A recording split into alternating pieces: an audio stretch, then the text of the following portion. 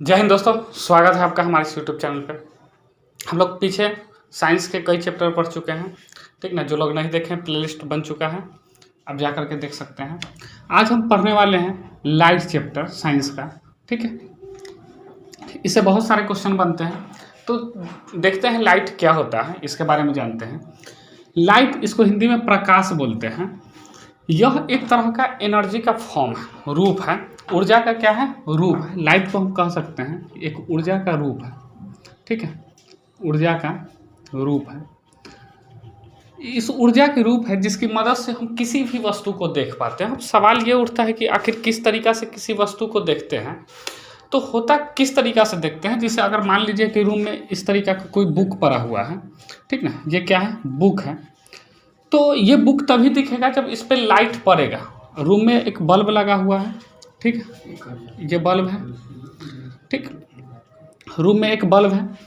इस बल्ब से क्या आती है? किरणें आती है और कहाँ पे पड़ती है? बुक पे पड़ती हैं, ठीक है। इस तरीक़ा से किरणें आती है और कहाँ पे पड़ती है? बुक पे पड़ती हैं। और ये बुक पे टकराने के बाद अगर हम इस बुक को अगर हमको देखना होगा तो ये हमारा आई है, आँख है, ठीक है। क्या है? आँख है। तो ये बुक पे टकराने के बाद अगर आँख पे पड़ेगी तो हम इस वस्तु को क्या करेंगे? देख पाएंगे। तो किसी वस्तु को देखने के लिए लाइट की ज़रूरत पड़ती है, और लाइट एक तरह का ऊर्जा का रूप है। अगर कोई पूछ दे कि लाइट किसे कहते हैं, तो यह एक तरह का ऊर्जा का रूप है जिसकी सहायता से हम किसी वस्तु को देख पाते हैं। किस तरीक़ा से देख पाएंगे, अगर इसकी चर्चा करें तो किस तरीक़ा से देख पाएंगे? तो लाइट की किरणें वस्तु पे पड़ने के बाद परावर्तित होकर के हमारी आँखों पे पड़ती है, तब हम उस वस्तु को देख पाते हैं, ठीक है। तो ये हो गया। अब आपसे ये भी पूछ सकता है एग्जाम वगैरह में, प्रकाश के गुण से भी क्वेश्चन हो सकता है। तो हम जानते हैं कि प्रकाश का क्या क्या गुण है, इसके बारे में समझ लेते हैं। प्रकाश का गुण के बारे में, तो प्रकाश से अगर पूछ दे कि प्रकाश गमन करती है, ऑप्शन है सरल रेखा, तिरछी रेखा, कई तरह के ऑप्शन हो सकता है। तो पहला गुण से भी क्वेश्चन हो सकता है। तो प्रकाश का गुण क्या है? ये हमेशा जो गमन करती है, चलती है, ये सीधी रेखा में चलती है, ठीक है। प्रकाश कैसी चलती है? प्रकाश सीधी रेखा में गमन करती है। ये इसकी गुण हो गई, सीधी रेखा में गमन करती है, ठीक है।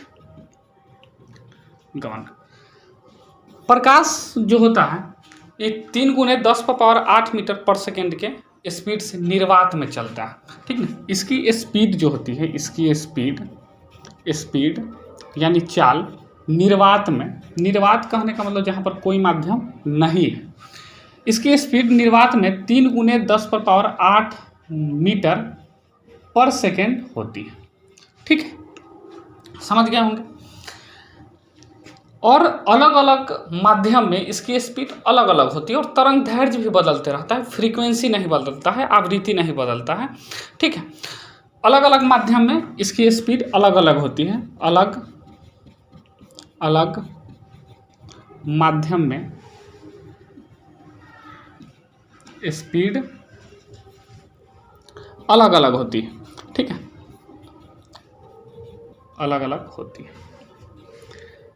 बात करें अगर, तो इसकी स्पीड जो है निर्वात में इतना होता है, लेकिन जैसे हम मान लीजिए कि कांच में अगर इसका स्पीड देखें तो वो अलग होता है, ठीक है। पानी में देखो तो वहाँ पर स्पीड अलग होता है। और स्पीड बदलने के साथ साथ इसका तरंग दैर्ध्य भी बदल सकता है, ठीक ना।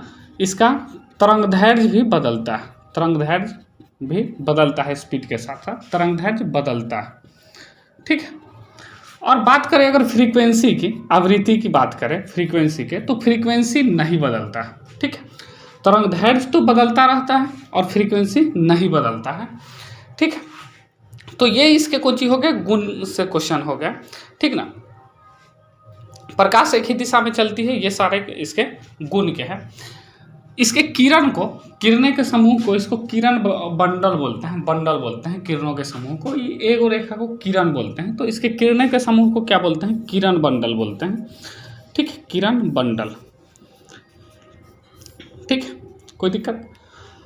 अब सवाल है कि अगर हम बोले कि अलग अलग जगहों पर स्पीड अलग अलग होती है, तो हम इसके स्पीड से कुछ क्वेश्चंस आ जाते हैं कि कहाँ पर किसका कितना स्पीड होता है। तो इससे स्पीड से भी क्वेश्चन आ जाते हैं कि कहाँ पर कितना स्पीड होगा। जैसे बात करें कि स्पीड जो होगा, अगर हम यहाँ पर लिखें माध्यम, और एक तरफ लिखे अगर स्पीड, तो अलग अलग स्पीड अलग अलग होता है। जैसे अभी हम जान गए कि निर्वात में स्पीड जो होता है, निर्वात में कितना होता है, 3 × 10⁸ मीटर पर सेकेंड। वहीं अगर हम बात करें पानी में, ठीक है, पानी में बात करें या तेल में बात करें या कांच में बात करें, तो वो सब जगह अलग अलग होता है। जैसे जल में जो होता है लगभग 2.25 × 10⁸ मीटर पर सेकेंड। तेल की बात करें, ठीक है, तारपीन का तेल, इससे भी क्वेश्चन पूछ देता है, तारपीन के तेल, ठीक है, तारपीन के तेल से क्वेश्चन पूछ देते हैं, कांच से क्वेश्चन होता है, ठीक ना। तो ये सारे जगहों से क्वेश्चन होते हैं। इसका होता है 2.04 × 10⁸ मीटर पर सेकेंड, ठीक है। ये सब आप याद रखेंगे, कांच में पूछ देगा आपसे, इससे ज़्यादा नहीं पूछते हैं। कांच में स्पीड जो हो जाएगा वो 2 × 10⁸ मीटर पर सेकेंड होते हैं, 2 × 10⁸ मीटर पर सेकेंड, ठीक है, कोई दिक्कत नहीं। इससे ज़्यादा आपसे नहीं पूछा जाएगा क्वेश्चन, यही 4 पूछ देते हैं कि जल में क्या होता है, ठीक है, इस तरीक़ा से। तो हर एक माध्यम में अलग अलग इसकी स्पीड होती है और इस स्पीड से आपसे क्वेश्चन पूछ लिया जाता है, ठीक है। बोर्ड इरेज करते हैं, चलते हैं दूसरे पे, आगे देख लेते हैं। तो आगे समझते हैं प्रकाश स्रोत। प्रकाश स्रोत उसको कहते हैं जहाँ से प्रकाश निकलता है। यह प्रकाश स्रोत 2 तरह के हो सकता है। प्रकाश स्रोत एक तो प्राकृतिक प्रकाश स्रोत हो सकते हैं। प्राकृतिक के अंतर्गत क्या क्या आ जाएंगे दोस्त? प्राकृतिक के अंतर्गत आ जाएंगे, प्राकृतिक के अंतर्गत जैसे सूरज, तारे, ये सब प्राकृतिक स्रोत हो गए। सूरज, तारा, ठीक है, और भी कई तरह के नक्षत्र, पिंड है, ठीक है, ये सब प्राकृतिक स्रोत में आ जाते हैं, ठीक है। ये लाइट जहाँ से निकलता है उसी को बोलते हैं स्रोत। सूरज से लाइट निकलती है तो सूरज एक तरह का प्रकाश का स्रोत हो गया, लेकिन वो कैसा प्रकाश का स्रोत है? तो प्राकृतिक, ठीक है। तारा हो गया। इसी तरीक़ा से बात करें आर्टिफिशियल की, यानी कृत्रिम स्रोत की बात करें, तो कृत्रिम स्रोत बहुत सारे हैं। मोमबत्ती कृत्रिम स्रोत हो गए, दिया, ठीक ना, तो ये कृत्रिम स्रोत बहुत सारे हैं। टॉर्च, ठीक है, कृत्रिम स्रोत बहुत सारे हैं। तो ये सब कृत्रिम स्रोत हो गए लाइट के, ठीक है। अब बात कर लेते हैं, अगर लाइट कहीं से गुजर रहा है, और देखिए वस्तु जो होता है वो 3 तरह के होते हैं, ठीक है। वस्तु को अगर बात करें तो एक पारदर्शी वस्तु हो सकता है, पारदर्शी, एक अपारदर्शी, ठीक है, अपारदर्शी वस्तु हो सकती है, और एक को बोलते हैं पारभासी, बोलते हैं पारभासी, ठीक है। ये 3 तरह की वस्तुएं होंगी। पारदर्शी वस्तु उसको बोलेंगे जिससे लाइट आर पार हो जाए। अगर मान लीजिए जैसे हम टॉर्च जला और लाइट इधर से उधर पास हो गया, टकरा करके वापस नहीं आया, तो वैसे वस्तु को हम बोलते हैं पारदर्शी वस्तु। पारदर्शी वस्तु जैसे इसमें क्या आ जाएगा? कांच हो गया, लाइट जलाएंगे आर पार कर जाएगा, तो ये क्या हो गया? पारदर्शी वस्तु हो गए, ठीक है। ऐसा प्लास्टिक जो एकदम पानी के तरह, एकदम कांच के जैसा है, तो वो भी पारदर्शी में आ जाएगा, यानी जिससे लाइट आर पार कर जाए, वो पारदर्शी वस्तु होंगे। अपारदर्शी वस्तु किसको बोलेंगे? जैसे जिससे लाइट आर पार नहीं हो, ठीक ना, अगर हम टॉर्च जलाएं और लाइट नहीं जाए, टकरा करके वापस आ जाए, तो वैसे वस्तु को अपारदर्शी वस्तु बोलेंगे। अपारदर्शी वस्तु जैसे मेरा दीवार हो गया, अगर हम लाइट इधर से टॉर्च जलाएं तो ऐसा थोड़ी है कि उधर वाला रूम में चला जाएगा, नहीं जाएगा, तो ये अपारदर्शी हो गया, जो लाइट इधर से उधर नहीं जाए, आर पार नहीं हो सके। ये हमारा बोर्ड है, इस पर हम लाइट जलाएंगे, उधर नहीं जाएगा, ठीक है। ये वाइट बोर्ड है, तो इससे भी लाइट उधर की तरफ नहीं जाएगा, तो ये भी क्या कहलाएगा? अपारदर्शी वस्तु। पारभासी किसको बोलेंगे? जिससे कुछ लाइट जाए और कुछ लाइट नहीं जाए, ठीक ना, मतलब आधा जाए आधा, मतलब दोनों तरह का गुण है, ठीक है, तो उसको पारभासी बोलते हैं। जैसे अगर कांच को हम घिस दें, ठीक ना, घिसा हुआ कांच, तो कांच को अगर घिस दे, जैसे कागज में तेल लगा दे, तेल लगा हुआ कागज, ठीक है, तेल लगा कागज, तो ये सब वस्तु जो हो गया, इससे कुछ लाइट जो है इधर ही रह जाएगा, कुछ लाइट पास हो जाएगा, तो ऐसे वस्तु को हम कहते हैं पारभासी वस्तु, ठीक है, पारभासी वस्तु। समझ गए? तो ये 3 तरह के वस्तु से भी आपसे क्वेश्चन पूछ लिया जाता है, पारदर्शी, अपारदर्शी और पारभासी, ठीक है दोस्तों। उसके बाद आता है अगर हम बात करें तो परावर्तन हो जाएगा। परावर्तन समझते हैं कि परावर्तन क्या होता है। परावर्तन कहने का मतलब लाइट का लौटना, ठीक है, लाइट टकरा करके वापस आना, यानी बाउंस बैक ऑफ लाइट। अगर हम कहें तो बाउंस बैक ऑफ लाइट, ठीक ना, लाइट का बाउंसिंग बैक हो जाए। ये एक बार ऐसे यहाँ पे देखिए, ये बोर्ड है, इस पर अगर लाइट जलाएंगे तो लाइट कुछ एब्जॉर्ब कर लेगा और कुछ टकरा करके कहाँ आ जाएगा, वापस आ जाएगा। इस पर लाइट जलाएंगे तो लाइट टकरा करके कहाँ आएगा, वापस आएगा। तो जब लाइट टकरा करके वापस आ जाता है, इसी घटना को हम लोग बोलते हैं परावर्तन की घटना। कौन सा घटना बोलते हैं, परावर्तन की घटना। लाइट का वापस आ जाना, उसी माध्यम में वापस आएगा। और ये होगा किसमें, कौन सा वस्तु में होगा, अपारदर्शी वस्तु में, ठीक ना, कि लाइट टकरा करके कहाँ आ जाएगा, वापस आ जाएगा। ठीक है, तो हम परावर्तन के बारे में समझते हैं कि परावर्तन क्या होता है, कि लाइट किस तरीक़ा से टकरा करके वापस आता है। और लाइट टकराती है तो कई तरह के नियम वगैरह भी फॉलो करते हैं। ठीक है, तो हम उसके बारे में समझ लेते हैं।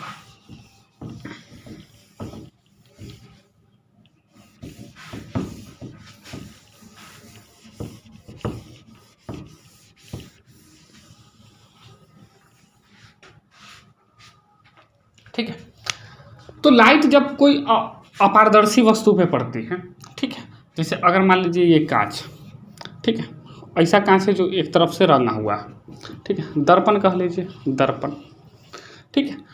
तो दर्पण पर जब लाइट इस तरीक़ा से टकराएगी, इधर से मान लीजिए यहाँ से टॉर्च जला है तो लाइट टकराएगा और लाइट इधर ही लौट गया झट से, ठीक है। तो लाइट टकरा करके वापस लौटने की घटना को ही हम क्या कहते हैं, परावर्तन कहते हैं। और उसी माध्यम में देखिए लौटेगा। अगर ये हवा में है तो हवा में ही क्या हो जाएगा, तो लाइट टकरा करके, किसी वस्तु पर लाइट टकरा करके उसी माध्यम में लौट जाने की घटना को हम क्या बोलते हैं, परावर्तन बोलते हैं। ठीक है, परावर्तन यानी रिफ्लेक्शन बोलती है, रिफ्लेक्शन हो गया लाइट का, ठीक है, रिफ्लेक्शन हो गया। तो जब ये लाइट टकराती, सबसे अच्छा रिफ्लेक्ट करने वाला चीज़ जो हम मानते हैं वो दर्पण ही मानते हैं, ठीक है, और सिल्वर वगैरह भी है। तो दर्पण सबसे अच्छा रिफ्लेक्ट करता है, इसलिए दर्पण को बोलते हैं। ऐसा नहीं है कि हाँ ये बोर्ड पे रिफ्लेक्शन नहीं होगा, बोर्ड पर भी हम लाइट जलाएंगे तो टकरा करके आएगा, तो परावर्तन की घटना यहाँ भी होगी। दीवार पे लाइट जलाएंगे तो टकरा करके वापस आएगा, लाइट का घटना यहाँ भी होगा।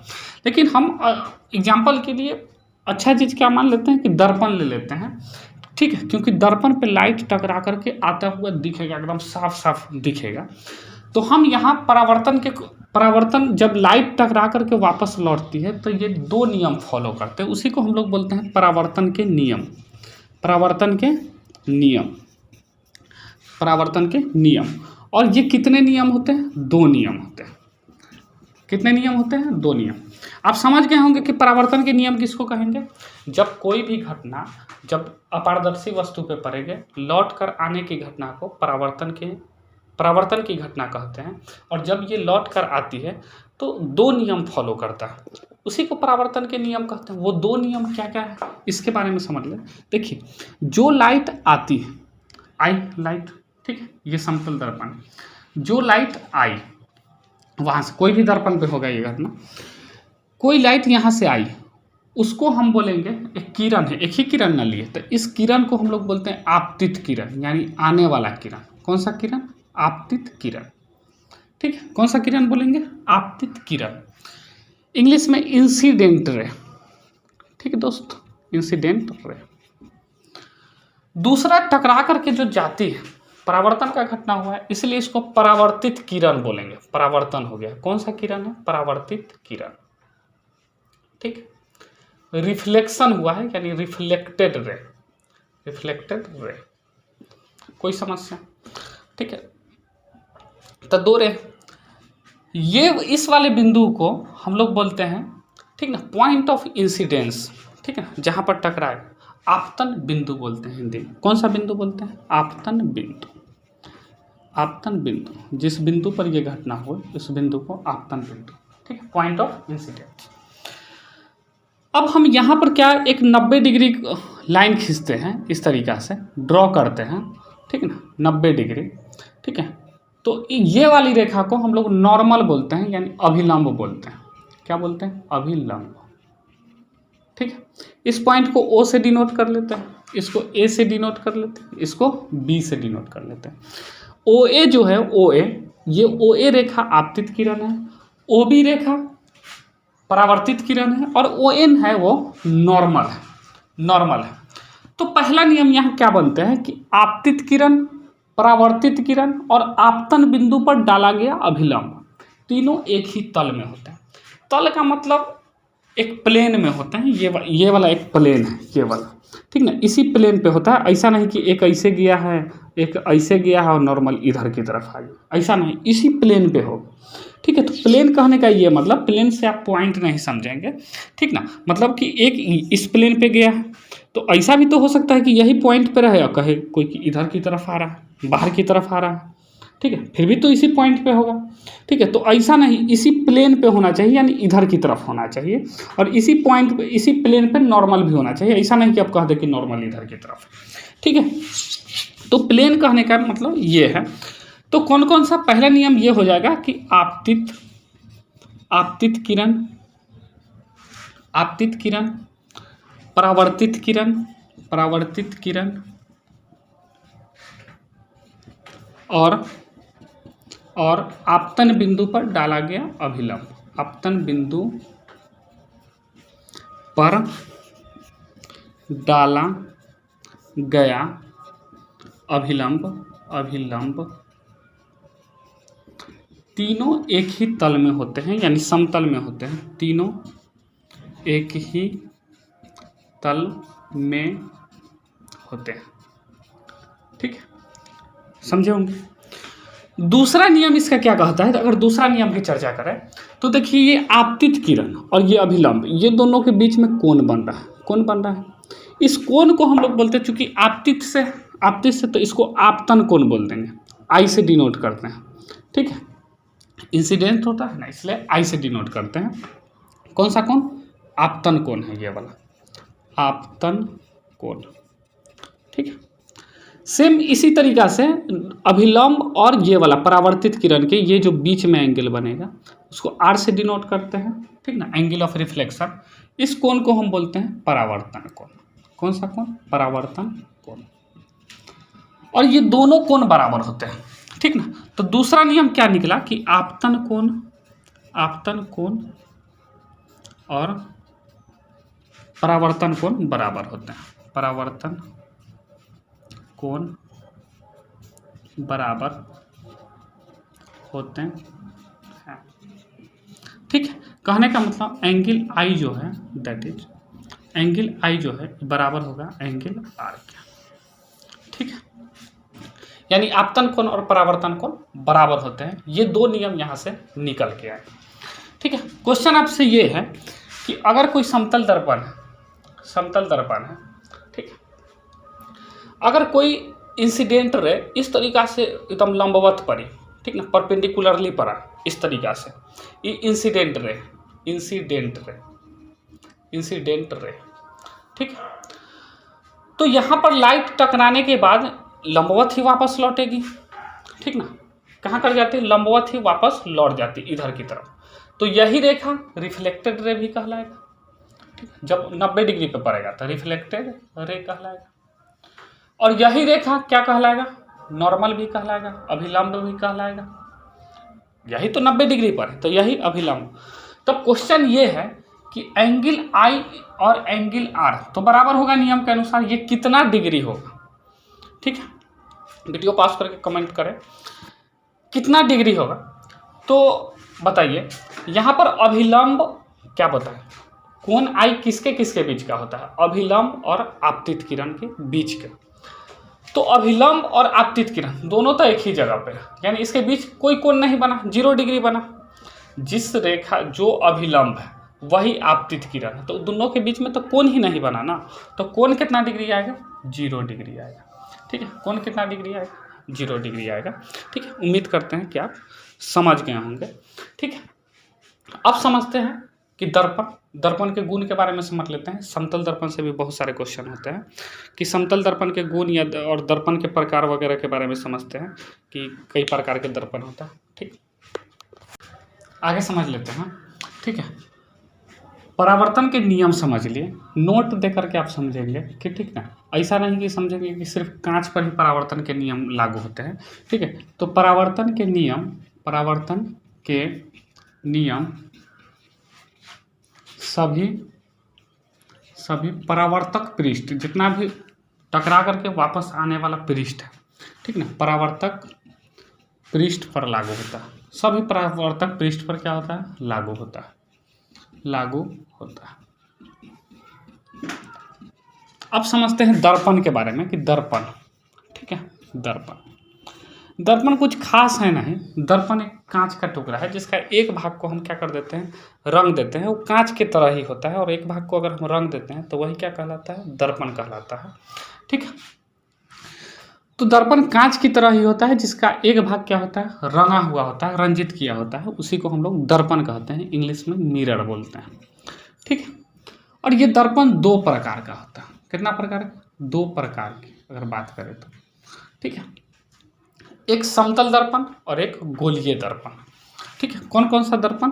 ठीक है, फिर गोलीय दर्पण कई प्रकार के होते हैं, तो उसके बारे में आज हम समतल दर्पण की चर्चा कर लेते हैं। 2 प्रकार के होते हैं, एक समतल दर्पण, ठीक है, और दूसरा होता है गोलीय दर्पण।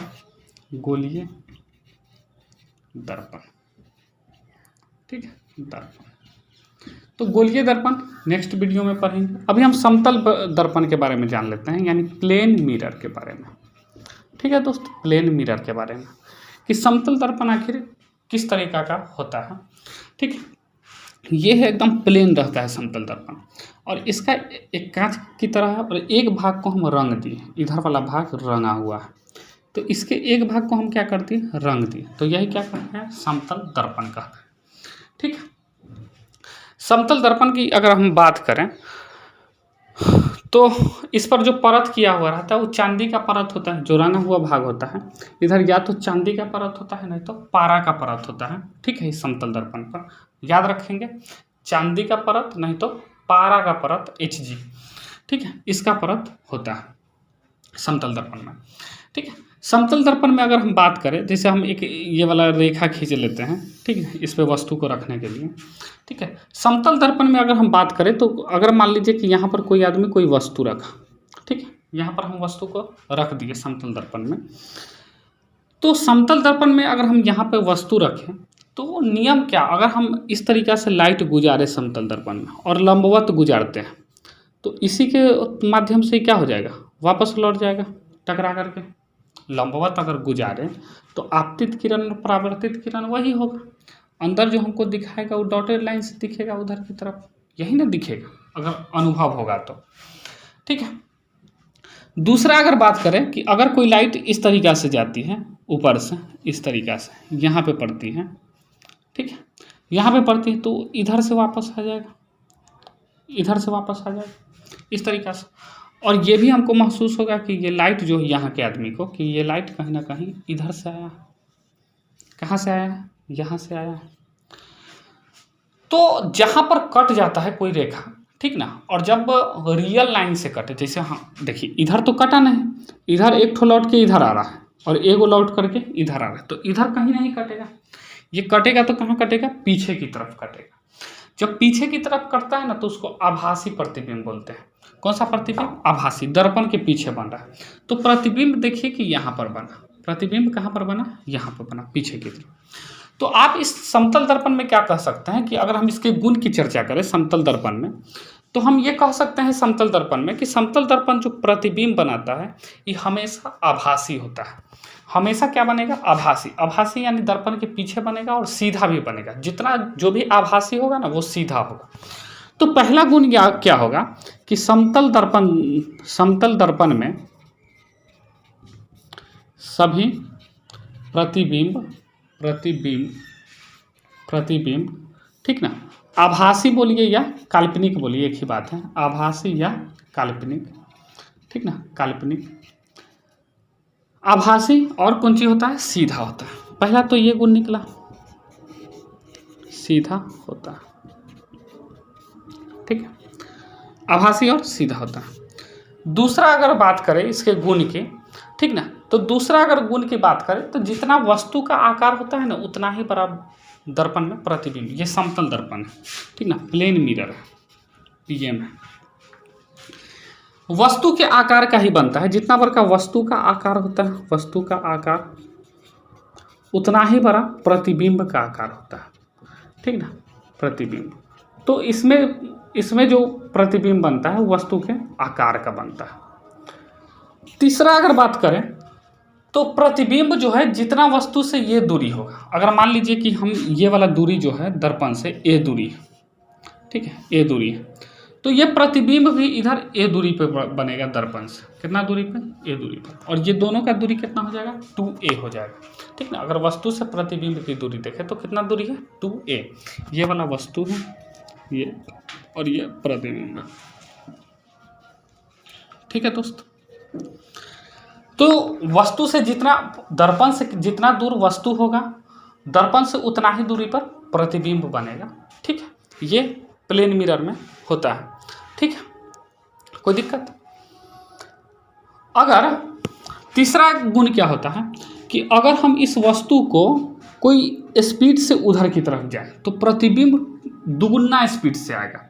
जैसे अगर मान लीजिए कि वस्तु है और यहाँ से दौड़ कर अगर मान लीजिए कि 2 मीटर पर सेकेंड के स्पीड से गया कोई वस्तु, ठीक ना, 2 मीटर पर सेकेंड के स्पीड से आया, ये वस्तु गया इधर से, ठीक ना, वस्तु तो इसके दुगुना स्पीड से यानी 4 मीटर पर सेकेंड के स्पीड से क्या आएगा, प्रतिबिंब आएगा, ठीक है।